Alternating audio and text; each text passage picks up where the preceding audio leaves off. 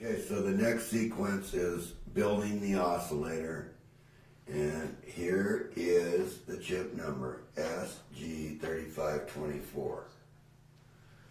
Okay, it's a 16-pin chip, and this is exactly the way we want it hooked up to fire this sequence.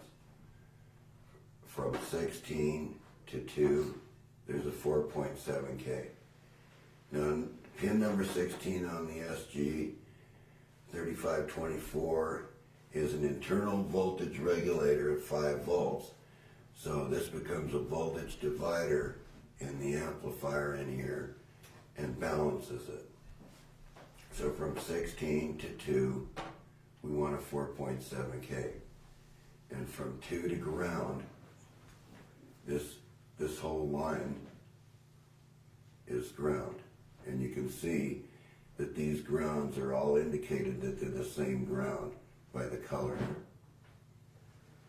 Alright, so we want from pin 1 to ground a 4.7K. We want everything divided in half.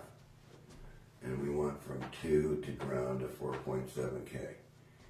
And for the timing, you may have to fiddle with this a little bit because of the timing on some of these chips. These only come in 2 different models now. You're either going to get this in a TI or you're going to get it in a, I forget what the other one is right at the moment, but they're oddball chips.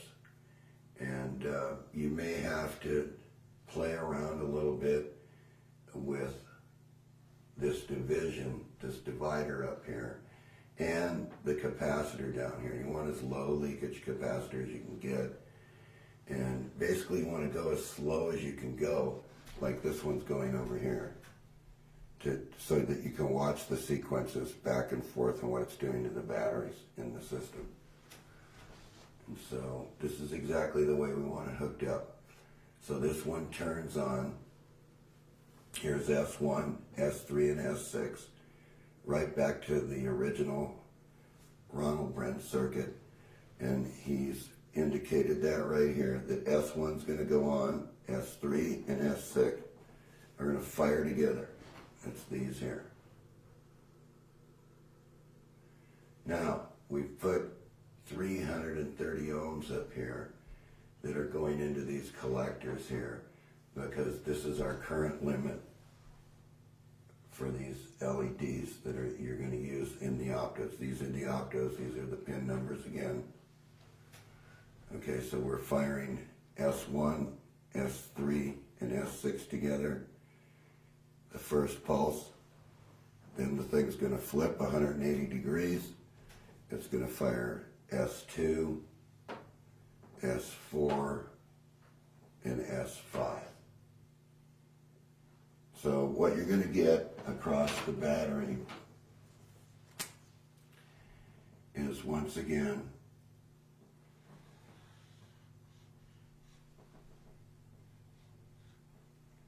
is this rocking wave. It's going to go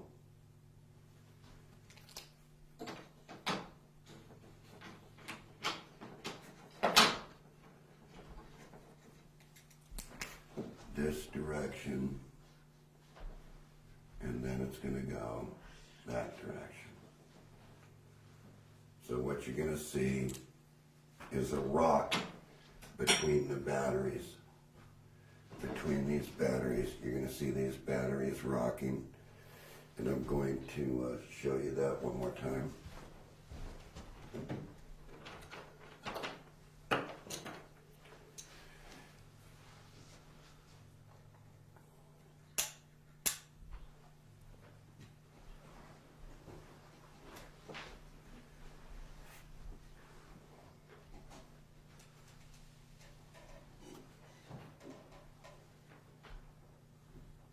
You're going to get this rocking motion.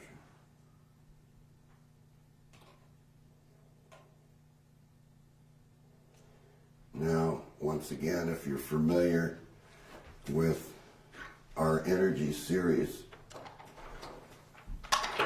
once again, what's actually happening is that the battery is being pulse charged backwards and forwards through the load on this sequence. So we can have the difference between the batteries. Once the battery charges, we get the little bit of different potential difference which we can use, which is indicated by the yellow light. And I'm sorry about the radio. Bring the radio back. Let you listen to it one more time. I had to get it out of the way.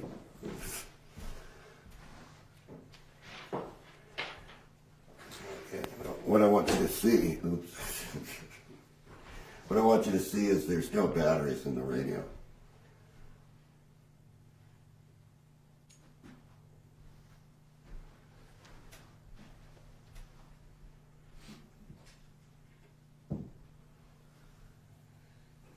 And now what I'm going to do is I'm going to transform this energy from the negative terminals from the switch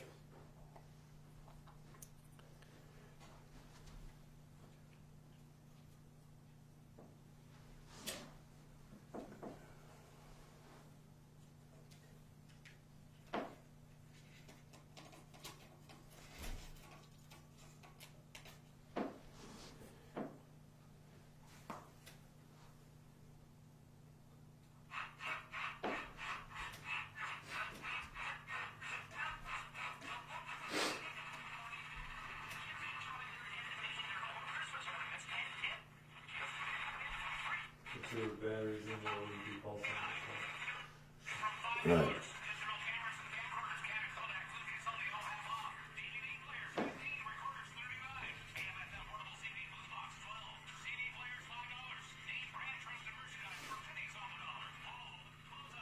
And you can actually, as you get closer to it,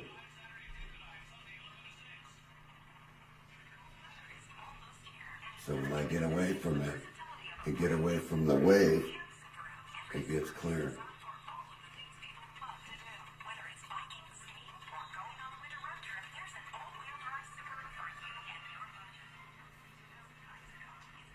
So now that you've seen this has all been running in the background this whole time, we'll measure the batteries one more time. We'll just get rid of this radio because I have clip leads on it and I don't want to short anything out. And you can see it's definitely off. That's what was left in the capacitor, and it's nothing there.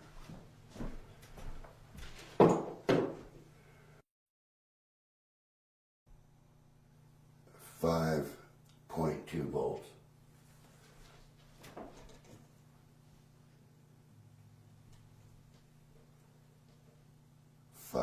.8 volts.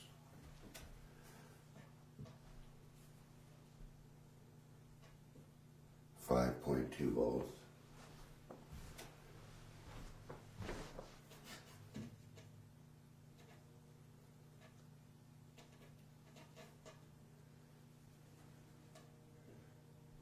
5.8 volts. So they never depleted and they never went down during this whole thing. It didn't burn any energy except for what we took from it, and the batteries are definitely charged. So once again, I think I'm just going to go over this oscillator one more time for you so we get this right. I want you, when you're building this, to use the HD H11D1 octo for this device, to drive the power transistors. The hookup I want on the power transistors, if the power transistor, and I'll indicate the power transistor with this big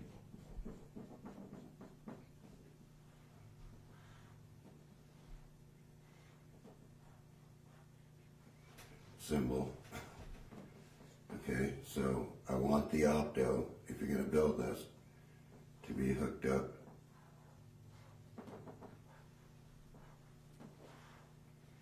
just like this. 5, 4, B, E, C. Diode.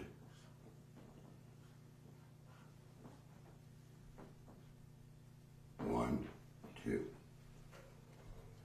And that's indicated right here. And notice there's series string. There's 3 of them that are firing exactly at the same time. And they are current limited through this resistor here. You don't want to go too much on these because you don't want to put too much current in these diodes and have them not work, and then you'll have no optocoupler, so the switch won't work right. So you want to be between 5 to 12 volts. You want to start out the switch exactly like I did here, independently, by running it with a battery with a 5-volt regulator on it. So you want to regulate this SG chip here.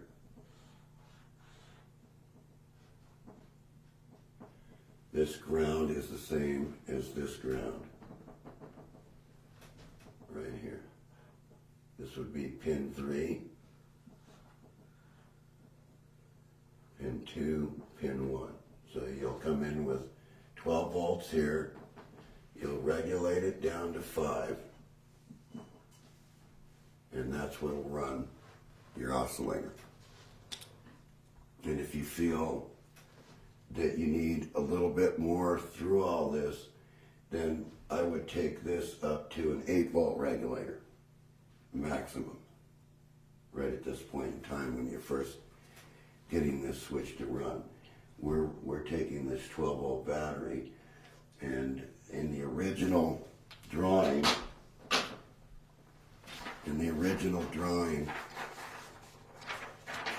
we had an independent 5-volt battery right here, and that ran the oscillator. So this right now is running the oscillator for us here, because we wanted to explain the sequence and switching here and where the energy comes out of. But those LEDs are all on the outside of the optos? Yes, they're all on the outside of the optos. They're exactly what is shown here in the diagrams that you had on the board where the LEDs were. And the other thing is that if you really do want to charge this from one side of this, then you have to have the same batteries here. And you have to decide which battery you want to put this in parallel with through diode isolation. So for just convenience right now to run the switch for you and show you that it's absolutely a working device, it was easier to hook it up this way. And it's accomplishing its job because it's running all this stuff and these aren't going down. And there are no series resistors in line with these LEDs at all, so they're not current limited. So it's just the negative energy that's running them. And see, this is a rectified negative. This is why this one's showing you a continuous light almost. Just like the radio was pulsing, that's what you're seeing right here, is the frequency. So we'll show you what we did.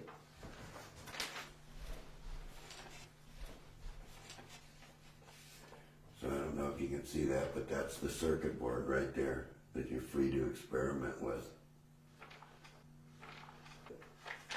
Yeah, we'll photograph that and then just. Okay, so you want to do that?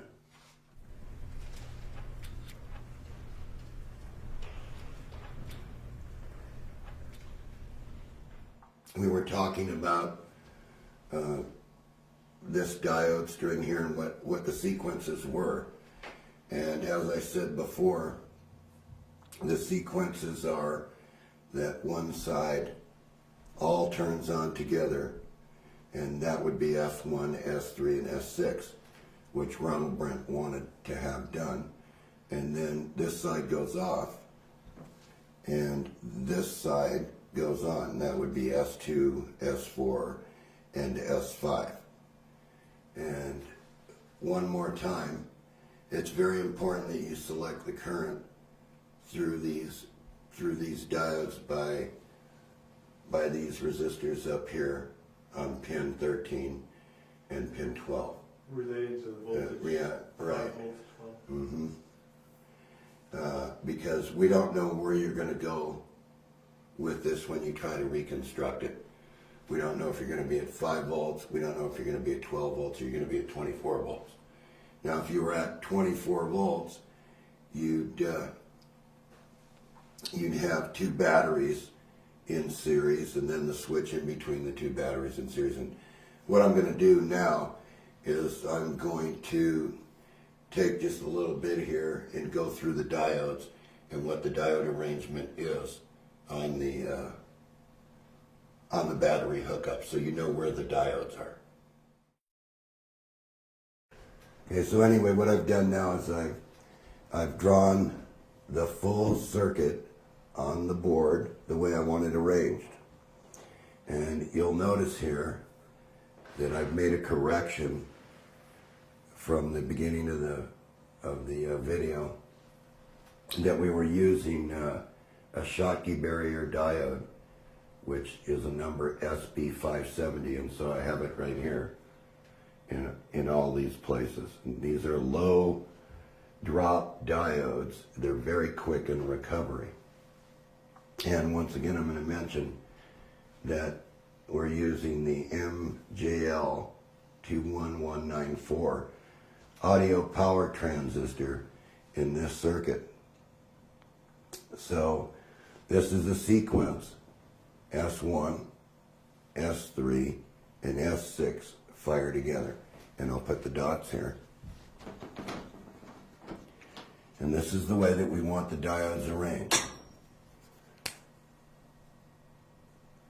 So we want this one, and this one fire together on this side. And then this side goes off, and this one,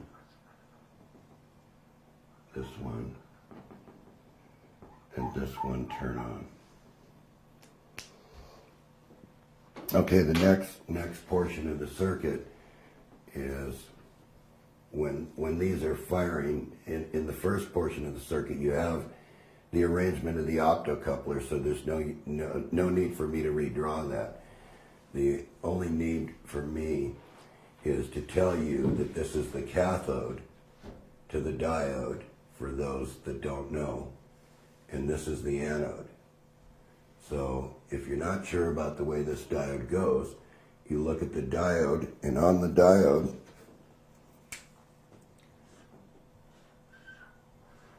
you'll have a band with 2 leads. And that is the cathode to the diode. So when you look at this, it's actually going just like this.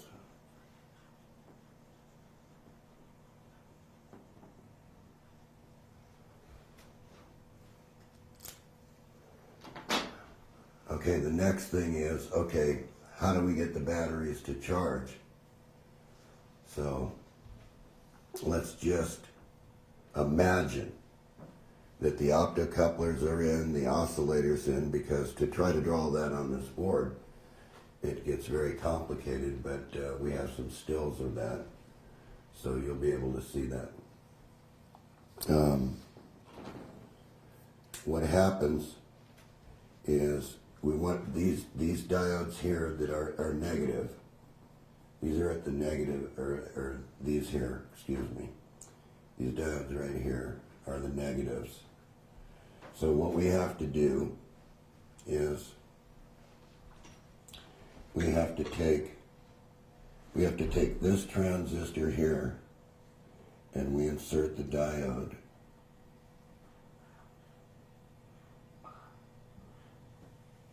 which is an LED.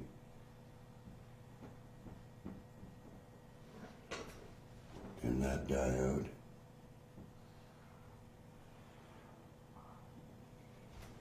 goes to this negative rail. So when this side turns on, what happens is that these, you'll see here, that these do a conduction because it's negative. So this side's 10, this side's 5. So then we do the same thing with this one.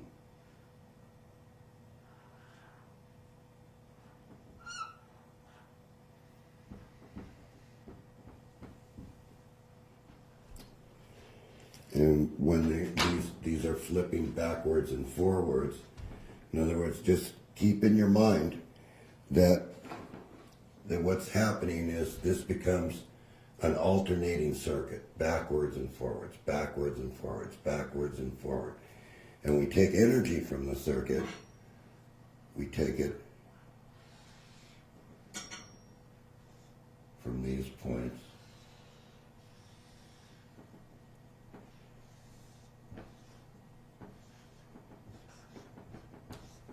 right here. And it'll be in the difference of potential. There'll be a difference between the two minus the charge voltage. So that will be the negative energy that you can have in the system. And that's depicted as this switches back and forth.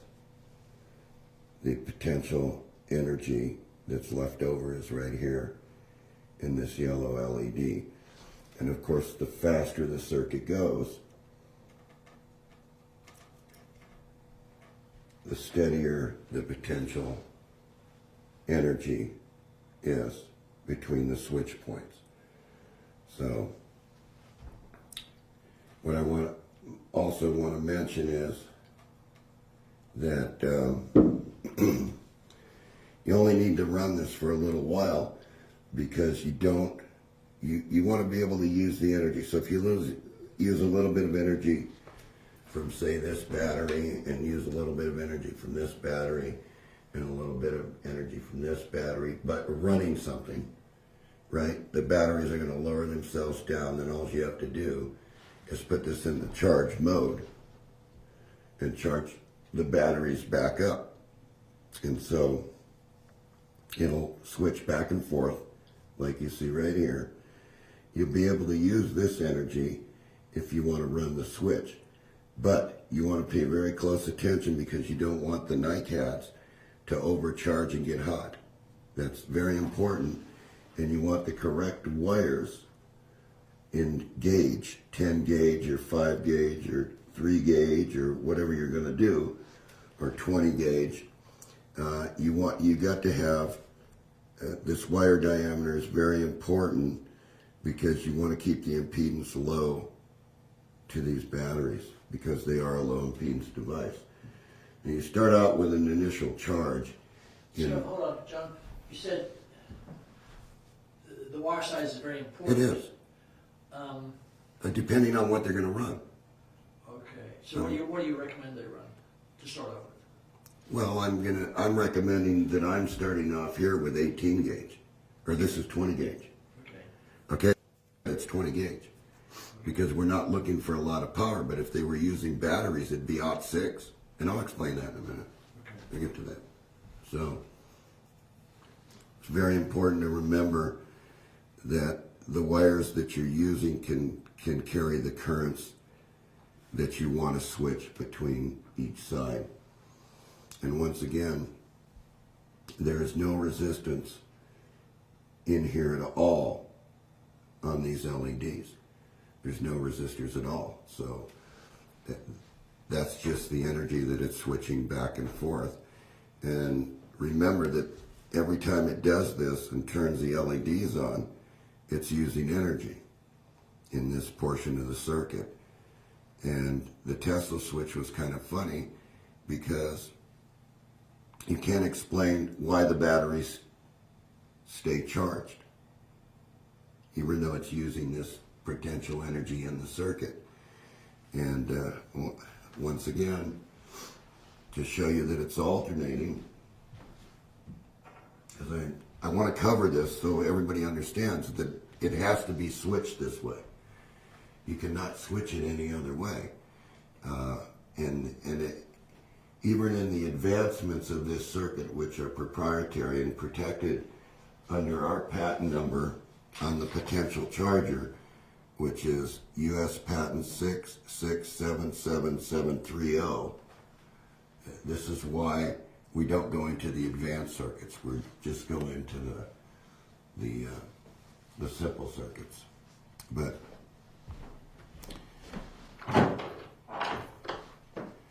we'll show you this again, that they're alternating.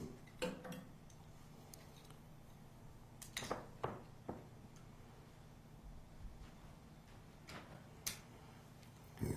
And we'll show you the switching one more time here.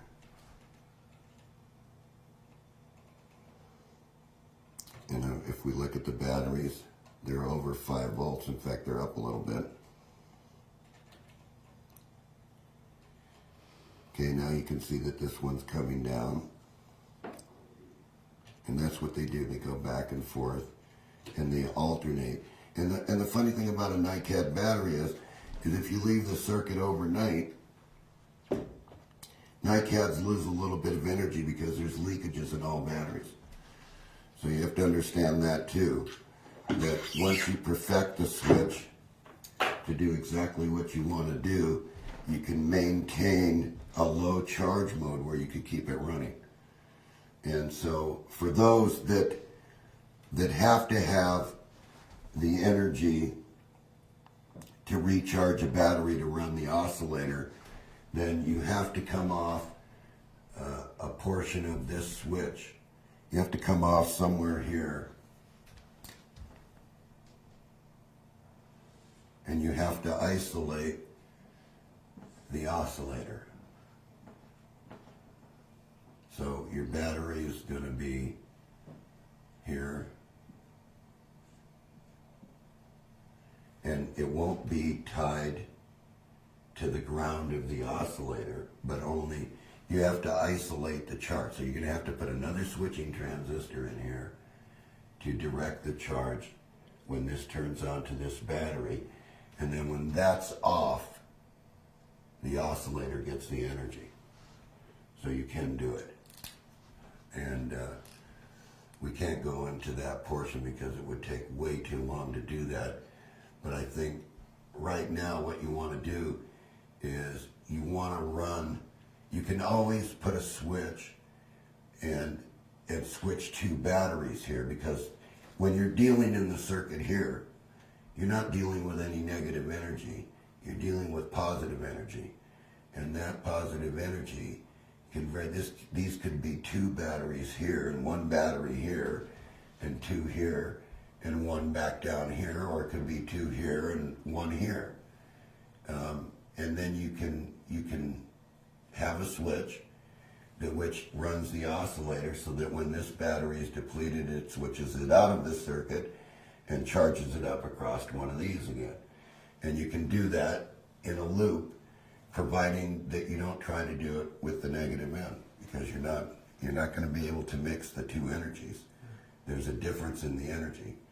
And I'm going to say right now, don't try to clip lead this circuit. If you try to do this with clip leads, you're going to fail at everything you do. I did that and my wires burned out. Who did it? I did that when I was trying to do a 12 volt clip leads. And what happened? Well, the wire gauge was too small too. Right, and what will happen is if these batteries start to get bigger, energy circuits. So excuse me, instead of clip leads, what should one use? Well, it should be on a circuit board, or it should be on a breadboard that's got some pretty stiff wire on it, because you're going to lose a lot here. Solid connections. Right, solid connections, pinpoint connections. So we don't want to see a clip lead running from this collector to the plus of this battery, and a clip lead running from this. You can do this if you want and fail at what you're doing. Or you can do it the correct way and build the circuit like I'm telling you to. Okay? And here's the next thing with the Tesla switch. Do not make any changes because you think it's better, because you're wrong. It's not better. You get the circuit to run exactly the way that I have drawn it on the board. And once you get that running, then you're free as a person to make all the foolish changes you want. And that's just how I have to say that, because I have people call me all the time and say, well, John, I want to be able to use this. Well, no, build the circuit the way that I've shown you how to build the circuit. And then after you get it to operate exactly like it's operating right here, you can make all the changes that you want. So don't think you know anything about this circuit, because for the past 25 years you've done nothing with the circuit. Nobody's built this circuit. It just died out there, and you're all asking, well, we would like to know how to make this. And I'm telling you, here it is. This is the way you make this circuit. You don't change anything until it's operating. Okay, so anyway, what I want to get you to understand, and I'm going to point this out again to you, that when this is going back and forth in a switch, this is AC here. It's not rectified. You cannot run anything except a light bulb here. You can't run your DC circuits with this until it's rectified and filtered out. And what it's going to look like to the rectifier is probably a spike, a switching spike. So you need to transform the negative to a positive energy to run something. That's what I was doing with this radio when I had it hooked up here. I was letting you listen to the switching while it was running the radio, because I wanted to make certain that you understood the energy that was running the radio. So I wanted you to hear it. So everybody's going to say, well, how can we run the oscillator off this device with its own internal battery? Okay, there is one scheme that you can use. You can wait for this to switch, and then you can pick this up with an optocoupler. You can steal a little bit of this, pick it up with an optocoupler, and transfer some of that energy to your battery. So you would wait for this one side to switch, and I think it's actually depicted in this. Thanks. It's actually depicted in this drawing right here, in the original drawing, of how you switch that. So this was your original drawing? Yes, the original drawing, which we'll make available so that they can get ideas from it. We're not saying follow this. We're saying go with the opto switching, because it's a little bit difficult to use all these transformers and get them all phased right. If you don't phase these transformers right, then you get switching that's not right, and then you're going to come back and you're going to say, well, we built the whole thing, but it didn't work. It's because something that you did is wrong. You know, when it's as clear as this on the blackboard and how you do it, you can't make a mistake. This is the way that it's hooked up. You know, if you think, well, maybe I'll go in my junk box and get this diode, and I'll find another junky diode and put it in over here, and another junky diode and put it in over here. It's not going to work. You're not going to get any energy out of this system at all. What's going to happen is this drop's going to be different than this drop, and this drop's going to be different than this drop, and then you're going to write me an email and you're going to say, well, I built it and it didn't work. And I'm going to refer back to the movie and say, it does work, because it's running here. So the other thing that I want to bring up is, it is covered under our U.S. patent on the potential charger. which was for charging batteries. Basically, that's, if you look at the claims cover this exact switching methodology with capacitors and batteries, and also covers the solar end. This can be a very good solar oscillator if you want to run it from the sun. It would work very well for doing that, for charging batteries. You know, and it would charge all the batteries if you did it. You could actually do that with the sun. And the other thing I want to bring up is, I think that everybody owes quite a bit of gratitude to Tom Bearden for all this, because if it wouldn't have been for Tom Bearden, this whole field would have never even gotten started. Tom Bearden actually started this field by doing all the research work for everybody out there that's in the free energy community.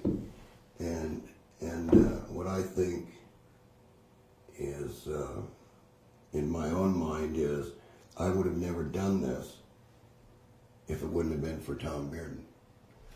And everybody can say, well, we don't agree with Tom Bearden's theories, but has anybody really ever done the research like Tom Bearden? Have they done the discovery method? Have they tried the circuits, or did they change them?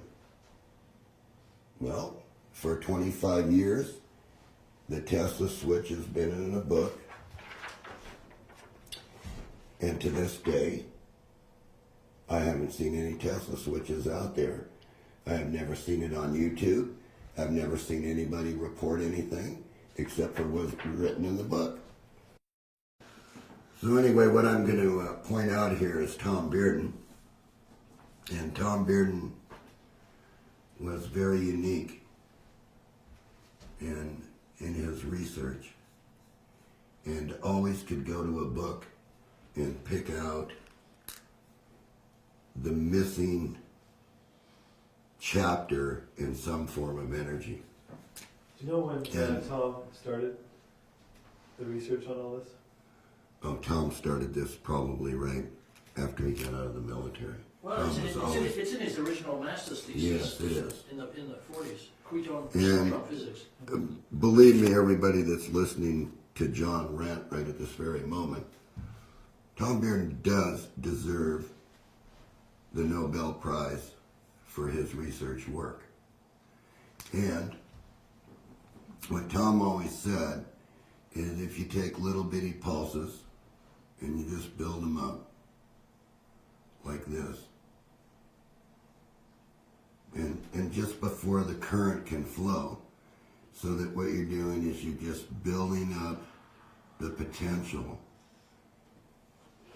like this, that once it's up here at this potential of 100 volts,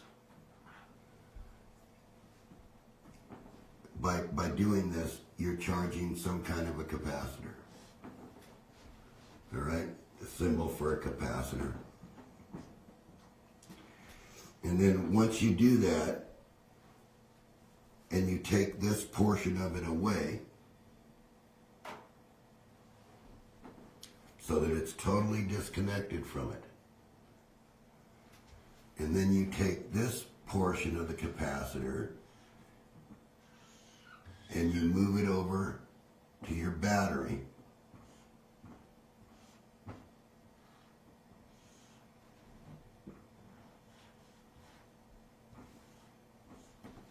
with this switch, that you dump this capacitor across the battery, and what you get then is you get a sharp spike across the battery.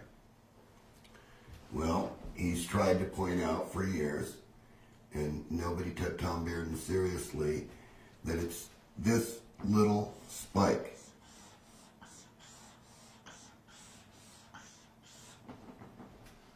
that contains all the knowledge of the universe. So that when this little spike gets into this little chemical battery right here, the battery recharges itself. It keeps going. It's told what to do. And then Tom Bearden says, very conveniently, if you take this switch and it's disconnected again, and this ramp then builds up very slowly without any current to that potential again, that then you disconnect this again, and you hit this switch again, and you dump this across the battery, and you get this spike. Now you do this again. You keep going back and forth like this, back and forth like this, back and forth like this. Pretty soon, this battery is boiling because it's being charged with a potential charge, which is going, and Tom always used to say, the battery looks like this inside.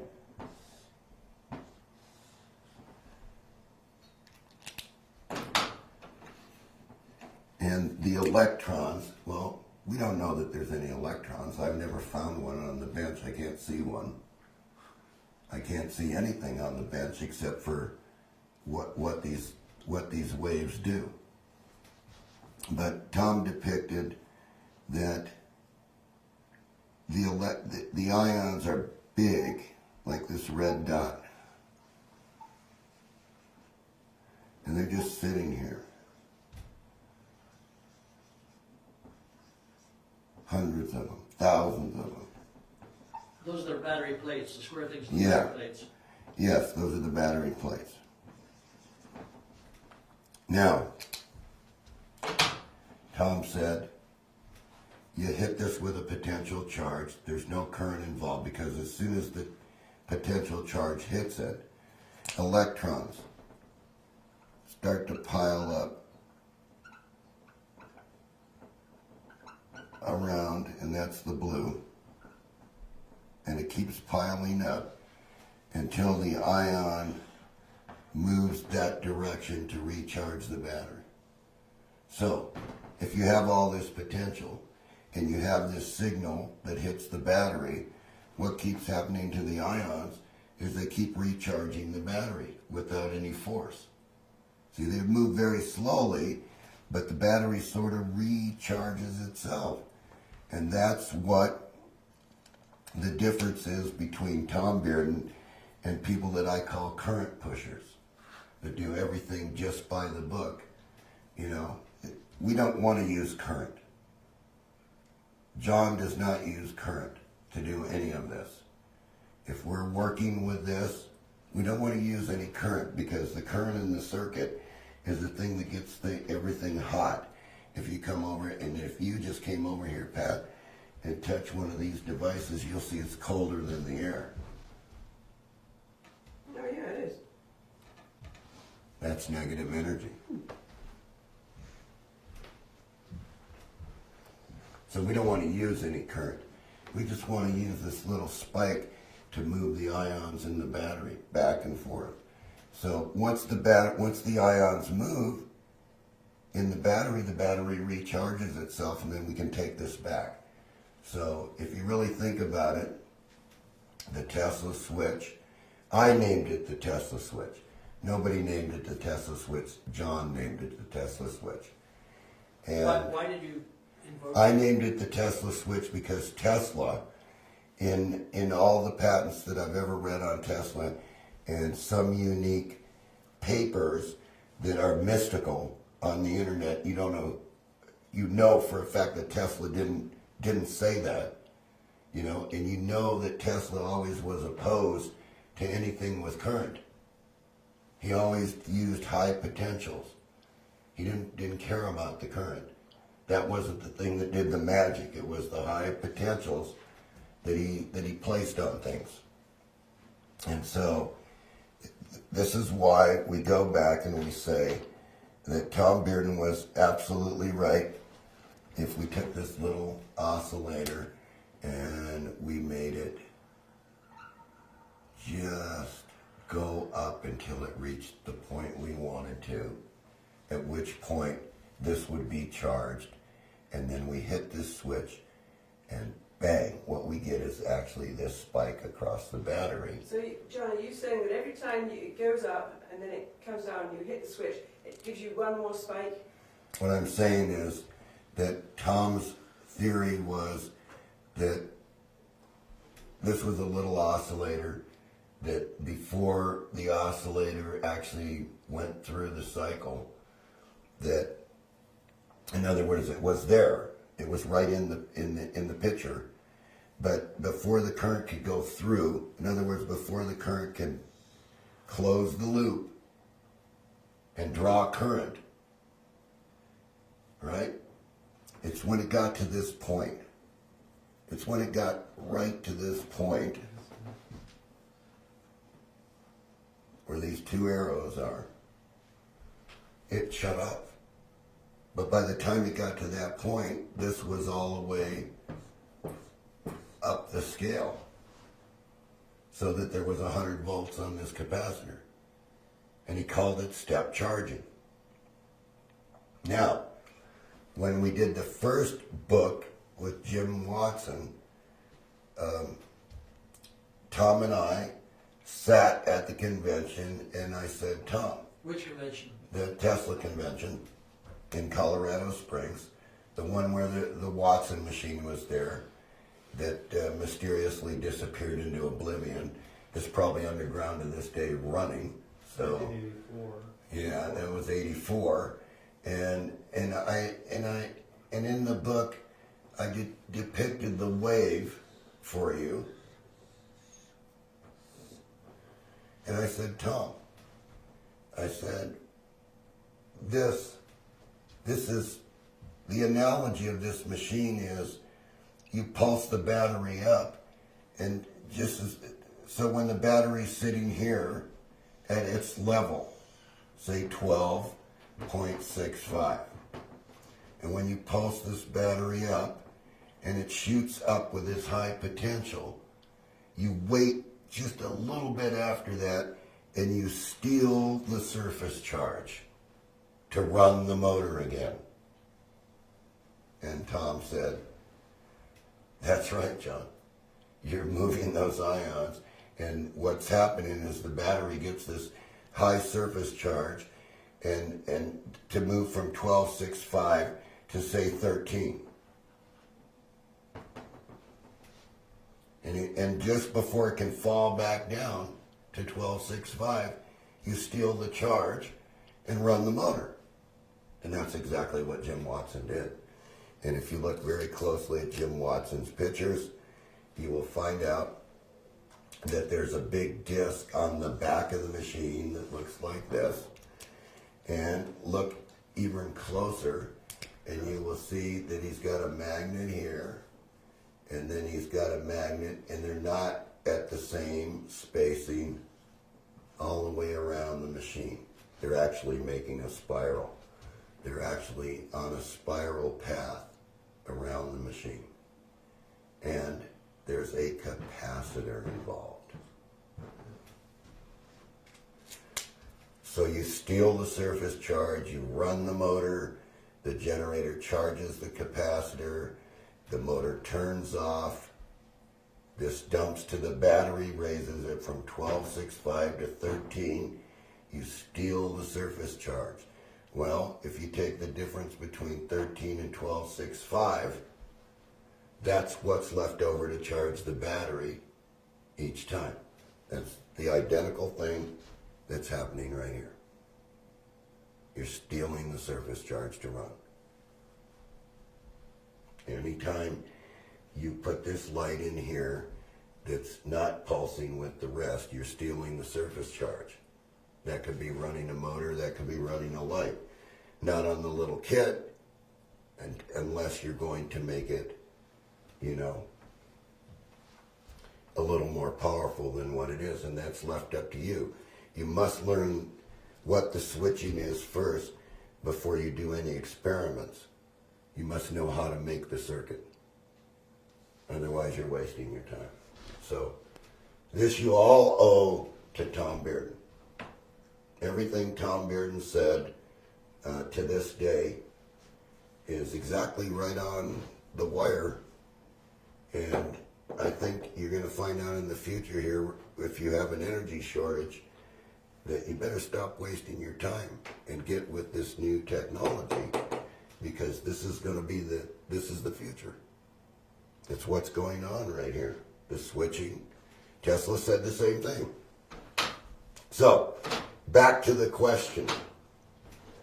Why did I name it the Tesla switch? Because Tesla was into switching. He said it to George Westinghouse the very first time he told him. George, he said, everything is made up of impulses.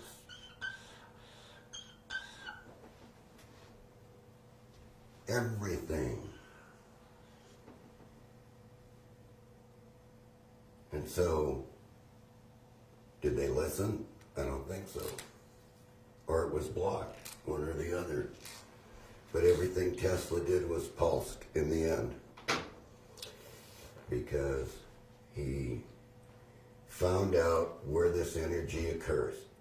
And it occurs when the current can't complete the loop. And so I think that you have a fair enough understanding of all this. And I think what you need to do is write a letter to Tom Bearden and thank him for putting all this out, because John wouldn't have done this. But Tom asked that I do this. And another thing, you owe Tony Craddock a lot on this too, because without Tony, none of these DVDs would have ever gotten to any of you people. So with that, I think I'm done with the Tesla switch. John, I had a question. Okay. Yesterday you showed that piece of equipment that you said your first Yes, one. yeah. And you said the guy came in and shot at it. What Yes. did he take out of it? Well, this was an operating unit just like this is. Mm-hmm. And John doesn't allow anybody to come anymore and touch anything. All right? But what he did was, this was operating on the bench just like you see this one, except it's in this box with these batteries. Mm-hmm. And he flew, but it was about 2 weeks after the Tesla convention, and with when Ike Mueller came up and we wrote this book. And of course Ike got to see the machine and got to measure the machine, because he actually stood on stage in Colorado Springs, and I held it up in front of 850 engineers, and they all raised their hand, and I said, you come up here. What's this box doing? What are the batteries doing? And he stood right up there on stage and said, they're charging. And then I ran the motor, and they were still charging. And of course, I handed out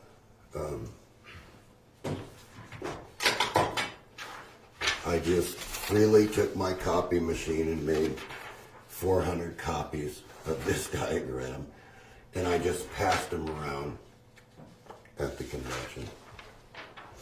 And shortly after that, this guy shows up with his scope and everything else, his little digital scope, his little portable digital scope.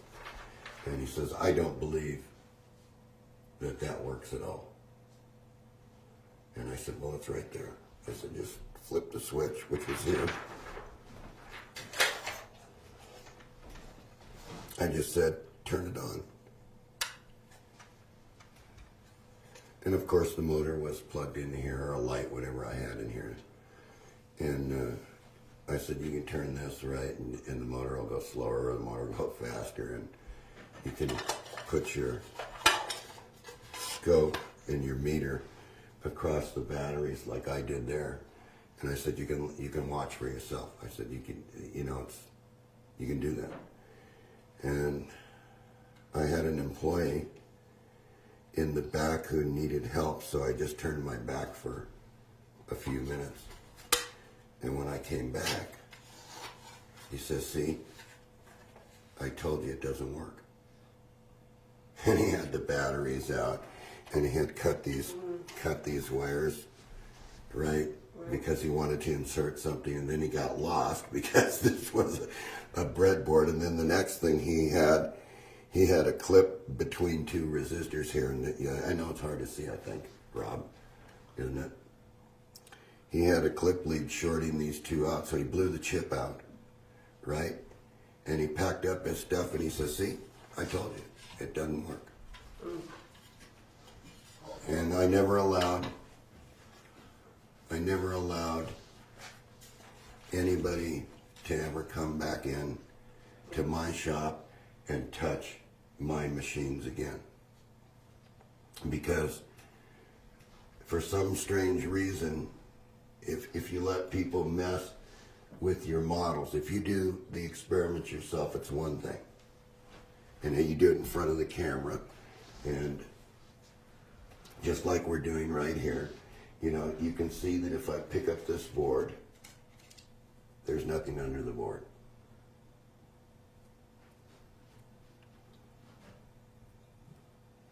There's no strings, there's no wires running, there's no oscillators underneath my box. There's nothing. It's just the Tesla switch doing its thing the way it always does. And so the other thing that he did was he cut the one of the driver transformers out because he said that he thought there might have been a battery in here. Okay, well, John's not. Those were just Radio Shack transformers. Mm-hmm. John never has cheated in anything, and he's always been right up front with everybody about this. You know, and if you get a good understanding of the Tesla switch, it definitely will power your car if you make it big enough and you get the right devices. And since we have all this technology today, I'm sure this can be done by computer. You know, I wasn't going to do it with a computer chip here because I wanted the basic circuit back. You know, and let everybody build the basic circuit and study it. And then you can make refinements from there. But just remember whose patent it is. One more question, John. It's probably not even worth putting on it. I didn't quite understand what you were saying here. You said Tom brings us up. Let's. No, hear the question first. And it comes down here and it goes to a switch. So then you get this spike thing. Mm-hmm. And he said, and you rub it out and you push it up again. And you get this spike. You jump to this spike. Because you switched it twice now. Okay, so now you go up again, it comes out, it goes to this spike? Right. Okay, that's what I want to know. Okay. It's a double, so see, double pole switch. Yeah, see what's happening is you're getting, Tom Bearden's analogy was, if you look on some of the older internet sites, you'll see it. In fact, if you look on my old pages, you'll see it. And it shows an oscillator on this side.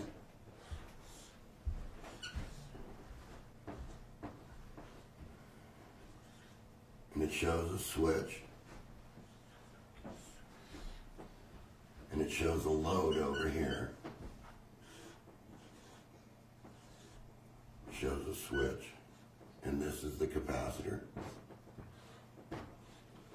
So it shows the switch switching this direction and the capacitor charging up to this 100 volts with no current. And then the switch flips, right? And goes across the load,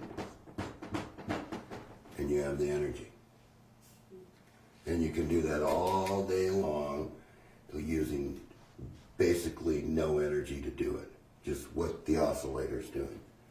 And so Tom said that it starts like this here and builds up very slow to that point, at which time this switches this direction.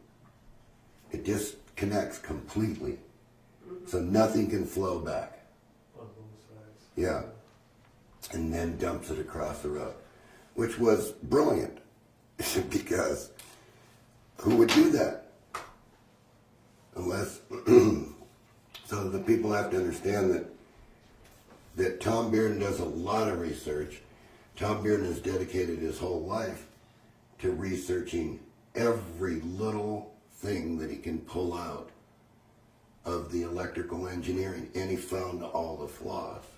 And what he can pull out from physics. Yes. Physics as well. Yes. Because that's where there was the Yes. that's where the disconnect was between the physics and the electrical engineering. So the people out there can complain that they don't understand Tom Bearden. They're not reading. They're not doing the research work. They want it handed to them. You got to work. If you want if you want to do something like this, you got to dedicate yourself to doing it. You can't just expect somebody to hand you this. You got to work. You know, you have to understand how many hours go into this thing before you can get this switch to work. You know, how much thinking do you have to do before you lay it out for optocouplers and everything like I did here? You know, you have to know something about the circuit to do it. You can't just have it handed to you and think that you're going to understand it, because you're not going to be able to fix it unless you understand it. And you're not going to be able to use Tom Bearden's information unless you understand it. The other thing is that this is an emerging science. Yes, it is. This is not a mature science. No. And everyone's still feeling their way. Right, exactly. We're all making mistakes. Yeah. You know, this is something that mankind needs to do it now. You know, we don't have much time not to do this. I mean, you know, if there's such a thing as peak oil, which I don't believe. I believe there's plenty of oil, you know, and but if you're going to get away from it, then you have to start somewhere. You have to start at the low levels.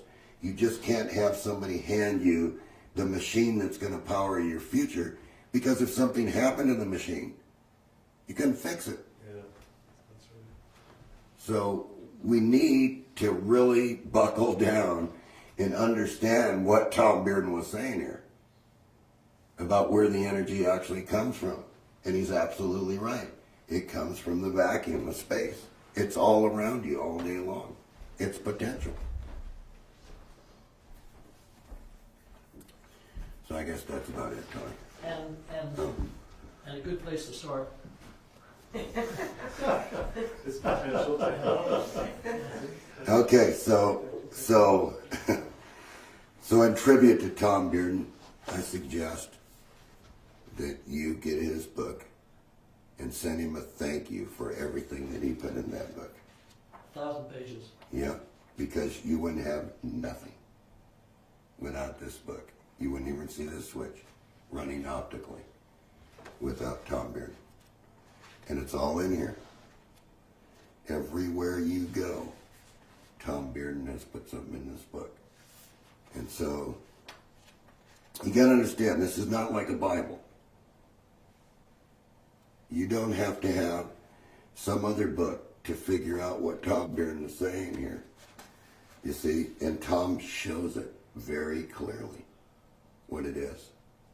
Now, Tom's not a bench person. Everybody has to understand that. He's a scientist, and he's theoretically picking out this stuff, and he's doing a lot of thinking on this. And then the bench person comes along and says, you know what? I think I'll try that. And then this is what we get. You know, it's theoretical when somebody hands you, that never built the machine, when somebody hands you a drawing like this and it says, well, it's your expertise, John, you have to figure this out. You know, I seen it somewhere, but where did you see it? You know, that wasn't in this letter. What was in this letter is, gee, John, it's your expertise. Can you please make this work for us? Yeah. So I said, sure. After I waited 25 years for somebody to knock on my door and says, look at the Tesla switch. It's running my car out there. Okay, well, that's as far as I'm going to take you. The rest you have to do yourself. You have to discover what it is. You know, I can lead you on the blackboard to all the switching and why we do the switching that way. But this is what I was asked to do. Right here. And I did exactly what I was asked to do. There it is. It's opto-coupled. You don't have to buy any transformers. And I think that ends my session. Great, thank you, John. Yay! Good job. Very good. Yeah. Yeah.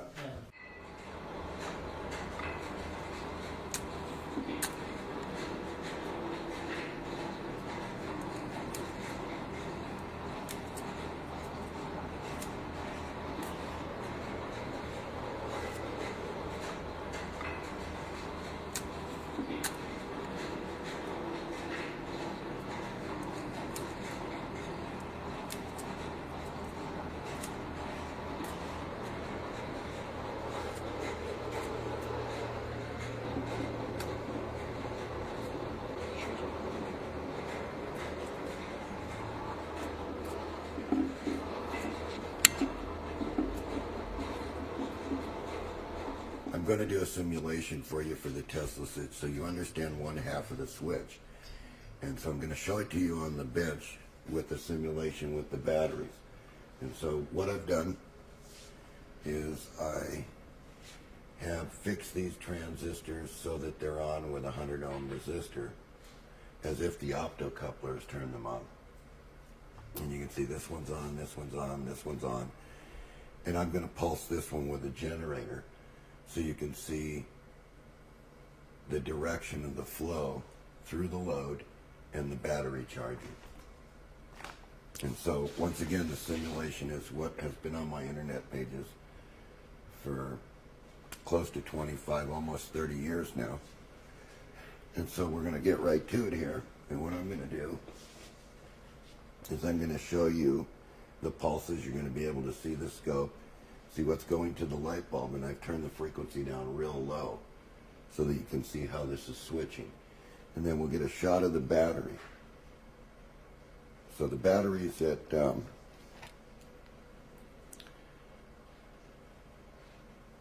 looks like 12, kind of hard to see it, 12594 right here in the meter. It's not very well lit, so it's going to be a little difficult.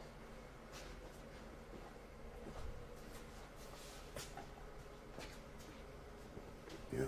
Okay, so we know where that battery is right now, where it's sitting. And so what we're going to do is we're going to turn this on. We're going to be using a low frequency around 7 hertz so that you can see the pulses. Okay, and now if we get a shot of the battery, we can see that the battery is raising up and down, up and down, up and down. And you can see that it's not really a straight DC current going to the battery. And so I'll basically show you on the board how this is operating. We've turned this transistor on. This is the positive feed. We could have put, but we didn't because we're just simulating this. We could have put a diode in this line and a diode in this line. Because if you remember, these two negatives are tied together in the switch. All right, so this is our load out here. That's this light right here. And now what we'll do is show you with the DC motor that this isn't really what you would call pure DC charging this battery. So if we disconnected this,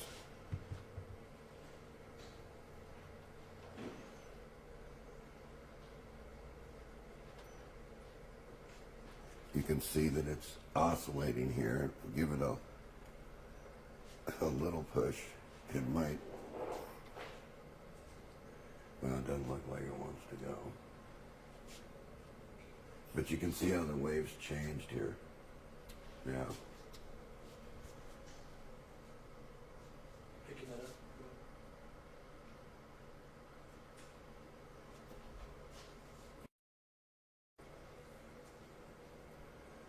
So I tell you what I'm going to do. I'm going to simulate this, right, without the generator, because we already got the wave that it gives out. And the scope, sometimes the grounds, they interfere because, so we'll just try it without this. You never know with these what they're going to do. Remember what I said, Tony, about clip leads. Yeah. I'm going to simulate the Tesla switch by hand here, and I'm going to be turning this transistor on. These are already on because they're biased on, so that they make a connection to the battery, so you can see what the differential is between this negative and this negative. So here, we're going to go ahead and simulate that. You want to come over here and get the battery. As I hold this on, I'm going to go ahead and get this here for you. I want you to get the meter of how it's 12658, 12660, 12661, 663, 665. right. So this is simulating 668. as if the switch was on and going real fast. 673, 675, 76. Good. Where's it going to stabilize? You want No, it'll keep charging Okay, until so- it gets up to boiling. 80? So I'll just cut here. Yeah. This switch is just a simulation of what the oscillator would be doing with the optocouplers, and you can see here. Now what we'll do is we'll tell the switch to run a DC motor, and I'll simulate it.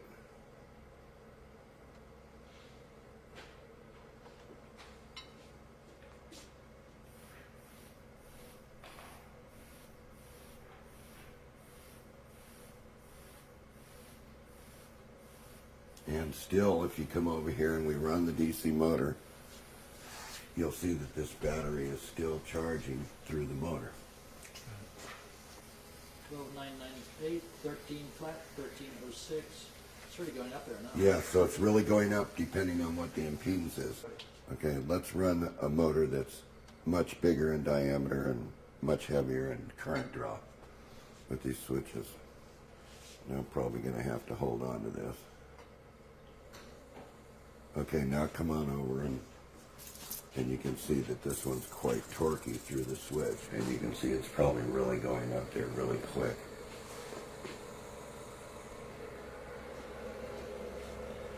Twelve nine 12,930, 12,940, 12,945.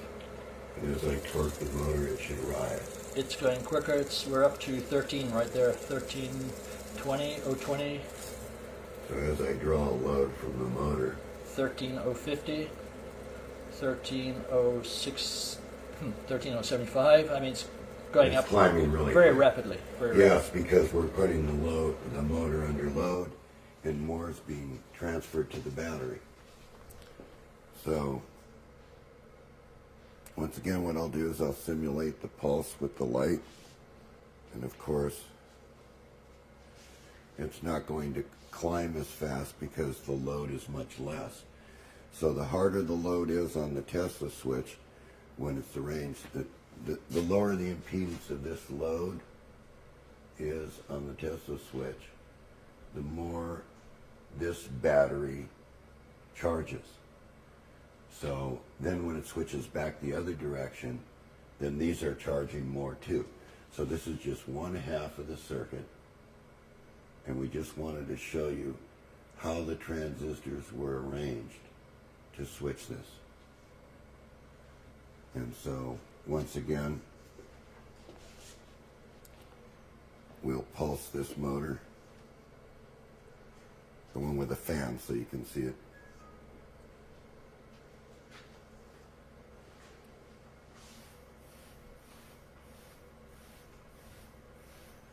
And this is what the oscillator would be doing, but the oscillator would be doing this really fast.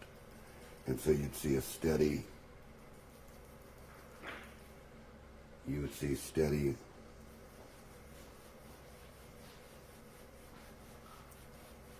power forward if it was driving an electric vehicle, like RonaldBrandt claimed.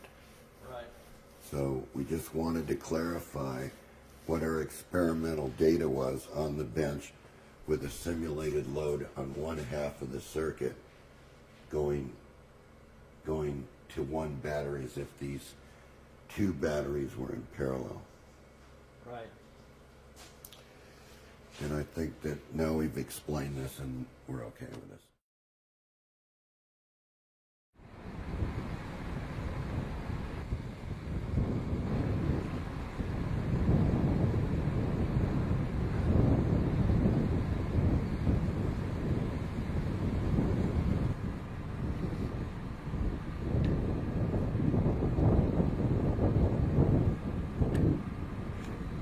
You can see here it's a cold boil. You see the temperature? Okay, it's 73 degrees. What does that mean, John? It's cold boiling. See here look at the battery 72. Okay, so the battery's 72. Right, now look at the wires. This is the hot side.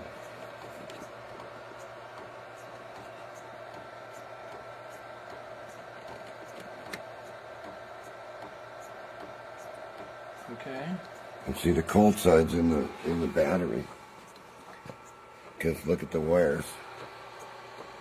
When you get it just right.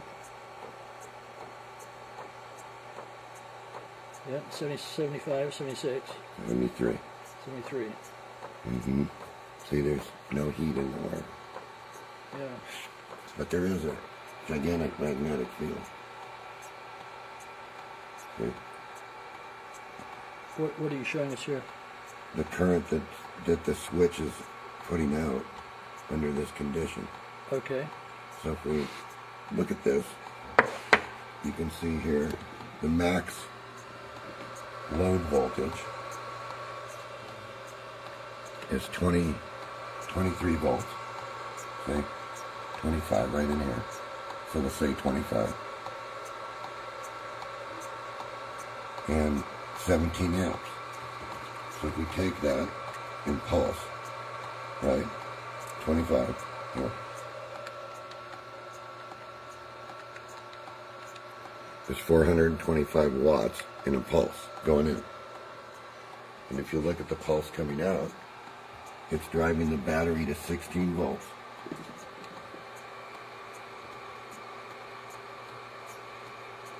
And over 60 amps here in a pulse. So if you remember the 425, right?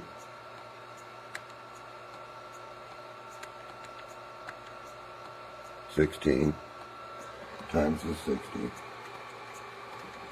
is 960, and then divide. There's your COP. What is this? What is the COP? 2.2. Okay. COP of 2.25. So now if we go to a sleep mode, or let's say we're just going to go away, you can see here the gain's going to go up because now we're actually going to put basically nothing in. 25 volts. So we'll just call it 25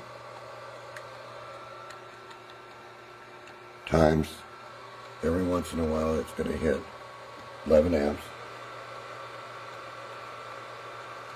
12, 13, 10. So we'll say around 11 amps. See, because it's not, so we'll just take the mid. So we'll just call it 15. Okay, so it's going to be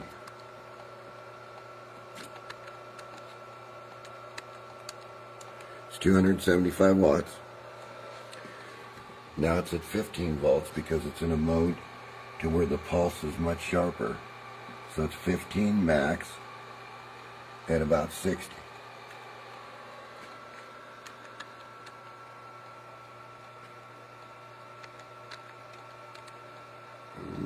intake there, okay.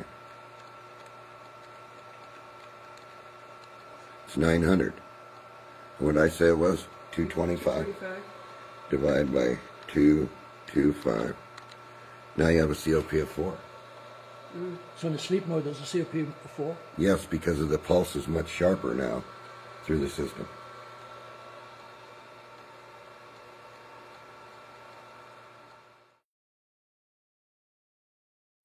Okay. Then this red one's going to come on and tell you it's overheated. And it's going to Oh, shut this the one's machine off. green. It just says that, yeah, I Yeah, can see it's going to green shut on the it, yeah. machine off and until the device is cool. Mm-hmm. Because remember, this is negative. These are all negative. Mm-hmm. So it's isolated from the batteries because it has to be. Yeah. And it's in quadrants. So it's requiring, instead of 4 batteries, it's requiring 4 capacitors. 2, 2, 2, and 2. Yeah. 4. And these are all linked together, presumably. They're all linked together through what the Tesla switch normally does. Mm-hmm. You know, by switching the batteries around back and forth, right? Okay. So,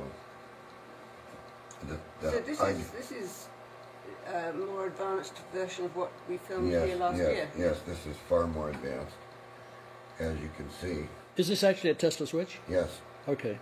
it is a Tesla switch. And it's got a breaker on it, a switch that allows you to change the pulse shape from this very sharp one to this very low one. And you can hear it. And it's, And that is what we pick up if we put this over here. yeah, now this Tick-tock, would be, tick-tock, right, yeah. this would be, you can feel this right here, Yeah, but feel this pulse. yeah. And that's very small pulse. Yeah, very small. And what do you feel? Tick-tock, tick-tock. You feel the magnets clicking together? Is that what? No, you feel the magnetic field that's going every time the machine asks for power. So there's a little current that comes through here. See? And they should be the same. Don't feel anything there. Mm-hmm. Okay? But the real gain is produced when the switch changes sides, is what you're hearing here. Yeah, and feeling. So yes, you can feel a much different, but can you feel the difference in this pulse? Yeah. It Much feels sharper, hi- right? And higher. Yeah, higher, Yeah, real high, yeah. right. And so this is where you're getting the COP gain, Yeah. see? When you do this, because you're still asking for, it's still outputting 15 volts at 60 amps, right?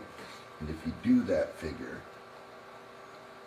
you put the 15 times 60, and it's 900 watt pulse. Right. But since the meter's very slow, and see, it's actually starting from 30 over here, so it's actually 90. So look actually what's good with the battery seeing in a pulse. The battery seeing is 15 volts times 90, which is 1,350 watts. Now what were we putting in? 225, right?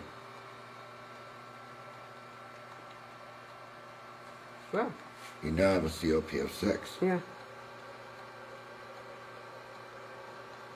Now, why Now, does because that vary? because of the reduced current on the input, this is why I've always explained with a monopole motor that the least amount of current you can put on the input, the maximum amount of gain you're going to get through the machine into the batteries.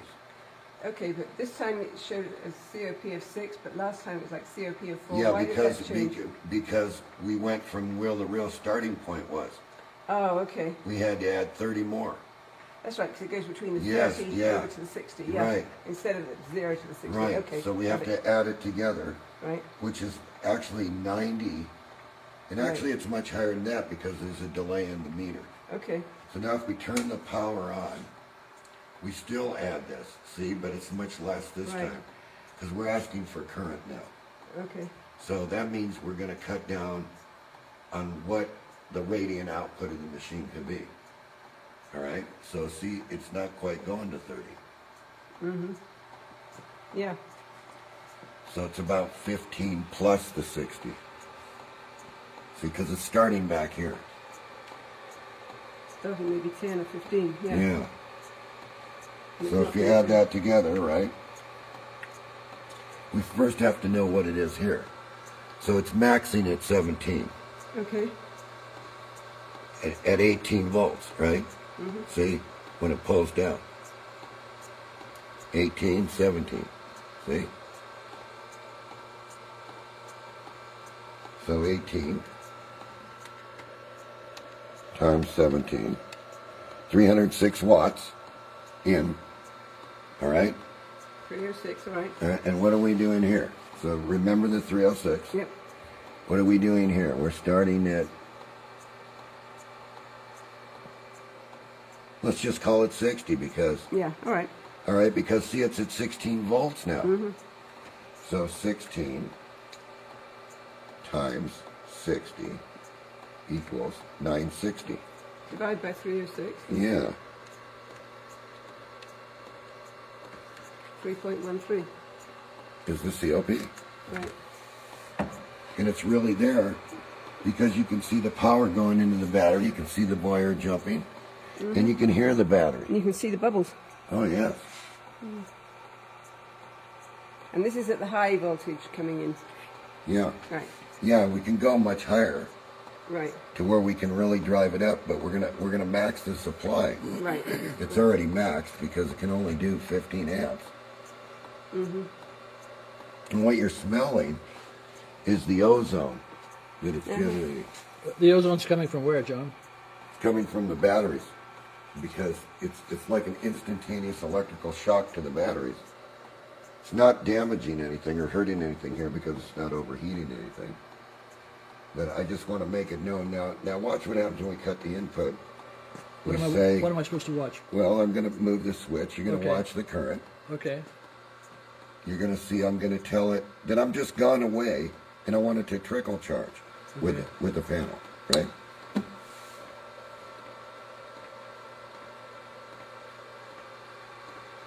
So we're going to get a maximum here, aren't we? 11? No? So we got to average it, see? Because it only consumes what it needs.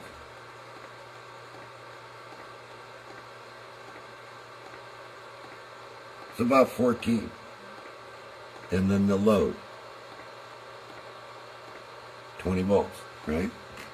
Yeah, give or take. 280 watts input. Okay. Okay, now we're looking at 15 and 90 because it's starting back here, see? Right. So we clear that. What did I say what that was? 280. Okay. Yeah, so now we're looking at 90 times the 15 is 1,350 watts divided by 280. 280 oh, divided by 280. Okay, so let's do the 1350 yeah. divided by 280.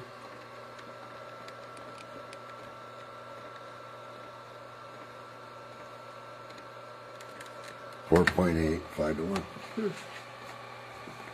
That's the trickle charge. Yeah, that's a COP under that mode. Because it's pulling less current, then there's more COP. When there's less current Right. on the input. What do you call this switch? It's just a Tesla switch. It's a quadrant Tesla switch. A quadrant, I mean... Yeah, it's totally advanced from the movies that we shot before the filming on what we did before with this switch. Right. So I just wanted to make sure that I had this documented where you could actually see the COPs Right.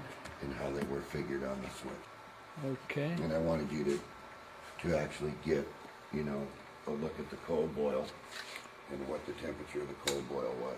Yeah.